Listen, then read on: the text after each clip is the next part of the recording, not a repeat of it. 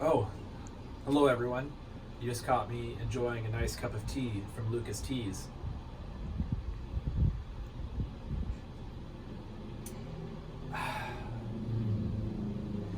Okay, so with today's video, we're focusing on upper.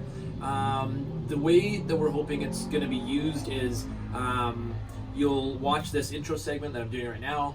You can check out the two movement pieces we're going to use as options for test or retest. So either a handstand hold or a like dumbbell or object press to overhead. So listen to this, watch the two video pieces, and then I would pause it, collect all the things you're going to need for the mobility. And then the rest of the video, it's very long, but it's meant to be sort of played while you're doing it. So each mobility piece and description has a bunch of content that I think is valuable through it and worth listening to. So I would do the mobility while you're watching the video, and then just pause it at the end of that each segment so you can finish out that piece before moving to the next piece. What you'll need for today is a broomstick or PVC. One of the stretches is done against the wall. One of the stretches is done with your wrists sort of placed under the couch. You'll need a baseball and or lacrosse ball. A long strap or band would be great. And a roller, sturdy roller.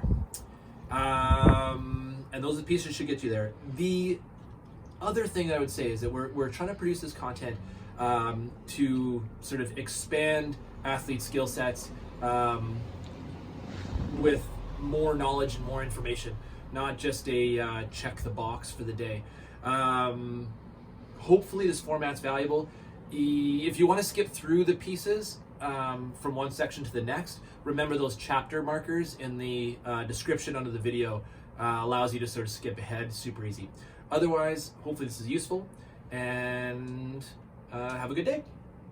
Okay, so for the mobility stuff today, I'm going to use it to see if I can get some improvement in the handstand hold. So with that position, when I kick up to test it either before or between the mobility pieces today, what I want to focus on, or what I'm going to focus on, is the position of my rib cage in that handstand position. So I want to focus on that I'm able to press through the palm, lock the elbow out, press through the shoulder, a nice stiff body position without stealing it from the ribs to support that range of motion. So it's this range of motion that I'm trying to improve today. So with that handstand, I'm going to kick up in position, feet together, pointed toes, pressing through my palms, and thinking about tucking my ribs in, keeping nice and tight, and holding that. And then I'm going to use that to reassess after each piece of mobility to see if it's positively improving that position or has low or no effect. Okay, so I picked dumbbell strict overhead press to use as my test-retest piece today. I picked a two-handed individual movement because it allows me to feel the differences between my shoulders. Sometimes if you just use a broomstick or a PVC, you can brace off of the other arm and it might hide some of the differences. So the thing that I'm going to focus on and where I struggle is getting full overhead range. I'm good one arm, but I use both. It's challenging. And to keep my rib cage locked down. So my focus is keeping that low and not stealing that range in order to get overhead. So you can use whatever objects you can find at home. They don't have to be heavy, but set your position within a neutral spine, so a little bit of curve in your low back. Make sure your rib cage is not poking out front, and then go into a strict overhead press, and just feel the glide and feel how much ease there is in that position. If you feel like you've got your arms out in front of you versus can you stack them next to your ears, and in order to do that, are you able to keep the rib cage locked down? So that's the points of performance that I'm watching there. With those mobility pieces that I demonstrate, you should be able to get your scapulas to come back into a better position to achieve a more fluid overhead range. And time starts.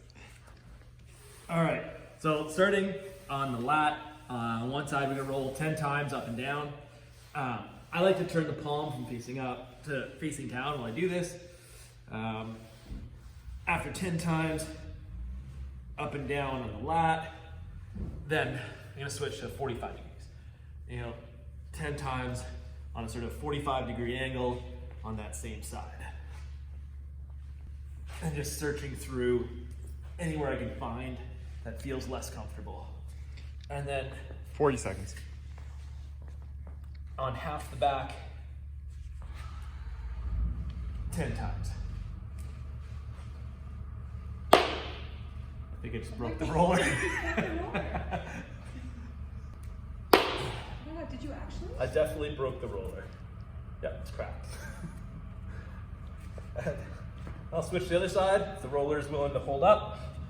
I'll start the lat on this side, on the not broken side of the roller. And nice and low on the lat, up nice and high on the back of the shoulder. I think I'm gonna need a different roller. Good thing there's no audio. There is audio. You put audio on the videos? Just this one. That's why I'm talking through it. That's why I was like, why are you doing the time on that? Oh! So this is all recorded right Oh now. my god. I would have What said do you this. Look, you didn't understand after all. Okay, after 10 times on the side, on a 45, and on half the back, I'll do 10 up and down from this is the top of the shorts to upper back. Just 10 broad, full length rolls. I don't know what's gonna hold. It feels really unstable. Plastic laceration. 10. Okay. End of piece 1. So piece 2, I will use my unstable roller for the sort of T-spine or sort of lat coach stretch. So with this position, I'm trying to wiggle into a comfortable spot on the T-spine. I'm gonna raise my hips up.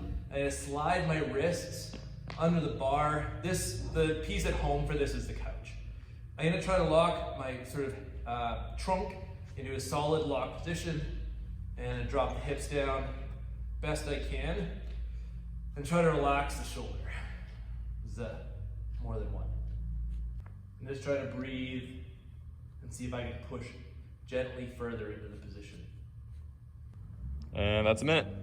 Thank fuck. All right, and piece 2. Piece 3. Baseball or lacrosse ball works for this. We'll take that ball. I'm gonna start on my right side. I'm gonna move that arm or hand, wrist behind my back.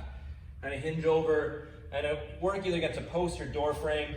Place the ball sort of on trap. I'm just gonna start there. I'm gonna cruise, and we'll go 60 seconds aside. Just kind of cruising around through the trap. You can push a little deeper into that position. Just make sure you're not gonna lose the ball off the surface you're rolling it on. And you can get a little more over into the back. You can rotate a bit, get a little more up towards the neck. Changing the position of the head definitely makes a difference on this. And again, with this, I'm not applying crazy force or really going for it. I'm just kind of just cruising around, seeing how things feel. Sweet. Switching sides. Same thing, left side, arm behind the back, hinging over, pressing that ball into the post or door frame. I kind of keep that hand close to it. It's easy to have it slip out.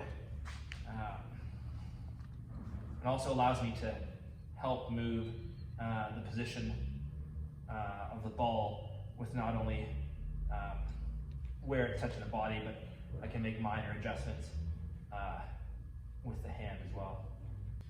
All right, those are my 3 pieces. Just take my roller and get out of here. Okay, so the first piece that I'm going to give you guys, you need a ball. So lacrosse ball is ideal. Tennis ball can work too. You could even probably use a rock if you didn't have something that looks like it's the right shape. What we're going to do is open up the shoulder blade and allow for glide backwards so that you can get your overhead position. You can do this against the wall, but I think it's more effective to do it on the floor because then you can add your body weight to it. So when you think about the border of your scapula and doing what we would consider like a band pull apart motion, those muscles that pull everything back combined, and so you're going to stick the ball between your shoulder blade and your spine. So somewhere along that ridge, you're probably going to work that whole range. So I'm showing you here because you'll be able to see in a second. But then I'm going to lay down, and I'm going to keep my arm out, and I'm going to do some shoulder blade retractions to try and mobilize that tissue. So you might find it easier to put your head on a pillow, but start anywhere that you can get the ball placed. And it certainly feels good just to lay here without doing any motion, but if you think about putting it right up against the border of the shoulder blade, and then put your arms straight up in the air, you can now go through some shoulder blade. It's like the scap push-ups we did the other day. So let your shoulder blade move backwards so the ball's kind of hooking underneath your shoulder blade. So you can hang out in one spot there and go through some repetitions, and then move your body or move the ball so that you can work a different position. And you'll probably go about 1 inch at a time. So it's a fairly long surface to work with. So try and make sure that you're getting even quite low at the bottom corner and working through your range there. So what you should feel when you get up from that, I would spend, if I was doing it on my own time at home, not pre-workout, I'd probably spend 5 minutes aside. For the sake of pre-workout, you can probably get away with 1 to 2 minutes aside. But you should be able to feel, even as you retest it, only having done one side, that it does want to glide better. So that's going to help in that overhead range. So that's your first one. The second one that I like to do is super simple. There's tons of lat stretches that people do and tricep stretches with bands. I actually really just prefer to load into the wall and add a big stretch underneath. So just reaching back towards your shoulder blades, and then you can think about engaging your lat in this position. So you can, as you're pushing your elbow up into the wall, you can think about pulling the shoulder blade down and go through some range of motion there. And you'll probably want to spend about 45 seconds to a minute per side here. And you'll probably notice that one side is quite different than the other, and that's worth noting. So that's a simple one. That's a really good, quick one to do on the fly before your workouts. And then the last one I'm going to do, the setup works obviously really well in the gym because there's a band. At home, you're going to have to be more creative. So Rory was just suggesting maybe something like a belt or webbing or a rope. Anything that you have, it doesn't have to have stretch. If it has a little bit of stretch, it's probably better. And then you're just going to have to hook it up over something high. So it's a contract, relax stretch for the pecs. So come out into the front range. Make sure when you set up here that you're not letting your rib cage come way up. Keep everything nice and locked down. Put your hands in what you would consider an overhead squat position. So try not to let them rotate in. Keep it true to where you would want that range to be. And then from here, you can just load into that, no problem. But then what's nice to do is to think about pushing this direction. So forward, and then count to about 7. And then relax. And as you relax, let your arms go back, but don't let the rib cage come up. And then also as you do this, so you're going to just repeat that. So 7 seconds of holding, moving into a nice stretch, but just be careful that you're not starting to do something with the head or letting the shoulders come up towards your ears too far. This one is, I find, really, really effective if you're actually quite sore in your pecs and feel like overhead range is going to be tricky for you. So that's number 3. Okay, sweet. All right, guys. So my stretches for today, the first one that I call in the gym is called a box stretch. However, at home, you can use this sort of kitchen table, coffee table, end table, just a hard surface that's elevated enough. And then in terms of the PVC, maybe you could grab a broomstick, or it can be something shorter as well. It really only needs to be about shoulder distance in terms of width. So what I'm going to do, I'm going to grab sort of a underhand grip, like I'm doing a chin up here, And then I'm gonna go up to my hard surface and just plant my elbows, sort of that shoulder width apart, and with a nice straight wrist and a straight forearm. And then from here, I just need to make enough room between myself and the hard surface so I can push my head through my shoulders and sort of let myself sink down into the stretch. And then from here, it's nice because you can sort of just let gravity do its work and sort of pushing those ribs down and those elbows up as you're working against the box. Remember, just breathing through the stretch, trying to sink a little deeper and trying to get heavier as the time continues. So you want to keep that going for about 90 seconds to 2 minutes, and then you can leave it there. Next stretch I'm going to move to, this one's nice. Here I'm going to use the post, but this is really obtainable in sort of any door frame in the household. And we're just going to use this to sort of like open up the pec. So what I'm going to do is I'm just going to plant sort of the forearm and the hand on the door frame or the post, and then just have like a nice 90-degree with the elbow and sort of the 90 degrees of the elbow there. Then I'm just going to sort of take a split stance, and then from there, I'm just again, similar to Heather's stretch, I want to keep the ribs down, pulled in, and then I'm going to press my forearm against the post, making sure that my hips are square and my shoulders are square. And again, as the time continues, I can just sink deeper into the stretch, breathing through it, and allow that pec to open up. So again, when you get to about 90 seconds to 2 minutes, you can switch sides. So again, just planting that forearm on the doorway, palms flat, elbows anchored. Then take that split stance, and again, hips are square, shoulders square. Just gonna push into that front leg, letting the chest open, stretch out. Okay. And the last one I got for you guys, if you were in J-Rob's yoga session, this one might be familiar to you. I really enjoy this one for sort of opening up and stretching out that sort of rear delt as we know it. And then so from here, we're just gonna sort of be on the knees, flat on the toes, and then I'm just gonna reach out, sort of into child's pose.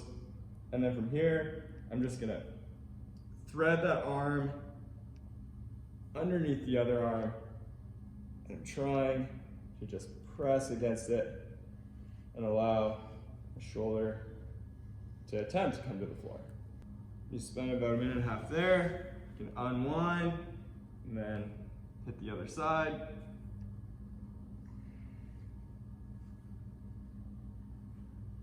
So I'll try and push the hips down, press into that front palm, and anchor that forearm on my left, currently my left side, to sort of just stretch the back of that shoulder. So I'm working through this stretch. Sweet. 90 seconds there. And that's what I got for you guys.